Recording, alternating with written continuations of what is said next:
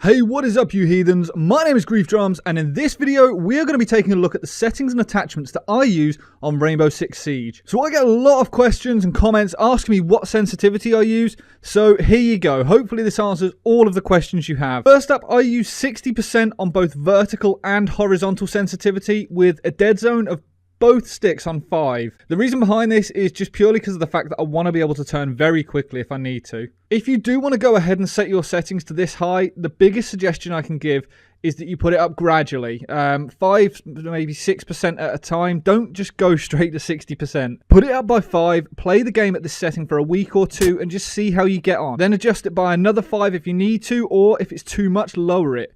Just take your time doing this. It's taken me a good, 6-7 months, if not more, to get it up to 60%. There are no substitutes for practice on this game. Certainly if you're using a controller's analog stick, it's a lot less accurate than a mouse, so putting it up to 60% can be a real challenge. By working your way up through the sensitivity rather than just jumping straight up and copying mine, you're naturally going to find what suits you best, what suits your play style. I do have the added bonus of using a scuff remote. As this is sort of customized to how I want it, I have the right thumbstick a little bit longer, which allows me to be more precise in the movement of it.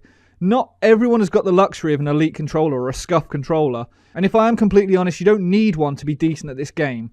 Obviously, it helps if you've got huge fucking hands like me, though, giant shovels, but you don't need these extra long thumbsticks or anything. As far as the ADS goes, I do have it set to 50. I don't want to be too fast when I'm aiming down the sights, especially if I'm at long range, because I want to be able to make small adjustments. Because of this, I don't always ADS when moving into a room, as I can turn quickly to position the rifle roughly where it needs to go, and then ADS as I'm shooting. As far as gadget goes, I've got that set to toggle. This means that if I'm placing a thermite charge, I can take it back off the wall if people are bandit tricking.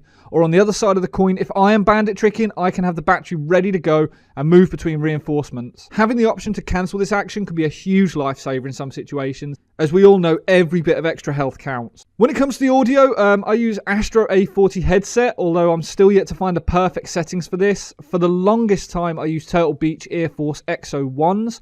They were a great little headset for the price, but I bought the Astros from the money that I've made through YouTube. I wanted to reinvest that into the channel, and all the earnings that I've made from playing this game, I wanted to put back into the game. Due to the sheer number of changes to the audio and EQ, though, that you can make with this headset, I'm constantly juggling the levels to get the perfect setting, and I've tried several things, but I'm still struggling to find that sweet spot. If anyone else uses A40s and they can recommend their favorite settings, let me know in the comments and I'll check it out.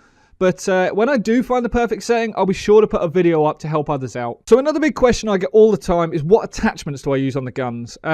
With almost 30 operators in the game, I could be sat here for hours reeling through every setup. But the reality is that I swap and change all the time. I don't just use compensators or just use ACOGs. I like to try and change things up every now and then. And depending on the play style, map and objective, you can't just go with one setup. The ACOG and holographic sights are by far my favourite, and I still find the red dot on reflex a little less accurate. The dot on the holo is so pinpoint that it just makes it perfect for one-shot headshotting at range. And the ACOG zoom is obviously extremely beneficial, but you do lose a lot of that peripheral vision. I know it sounds like a cop-out, but just play around with everything and see what suits you and the operator that you like using. If you hold the trigger down when you see an enemy and spray rounds, a compensator is probably the way to go. If you prefer to tap fire, then the flash hider or, a muzzle brake is a good in-between. Out of the two, I prefer the muzzle brake, even after its nerf, but the others do a job perfectly. Suppressors can be helpful. A lot of people just rule these out instantly, but if you need to take out cameras quietly, they can be really handy, so put them on your secondary, definitely. If you're playing a smoke or sledge, you do have the option of putting it on your main gun and then using the SMG as your main. Obviously, that thing with an ACOG is a beast. But just try different stuff out, mix things up and get creative. Try not to get too stuck in just one setup because it worked for you once. Hopefully this answers some of your questions, and fingers crossed it helps a little. If you have any more questions, throw them in the comments below and I'll take a look at answering them. If you like this video, hit that thumbs up, and if you don't already, make sure to subscribe. Until next time, fuckers, stay reckless and relentless.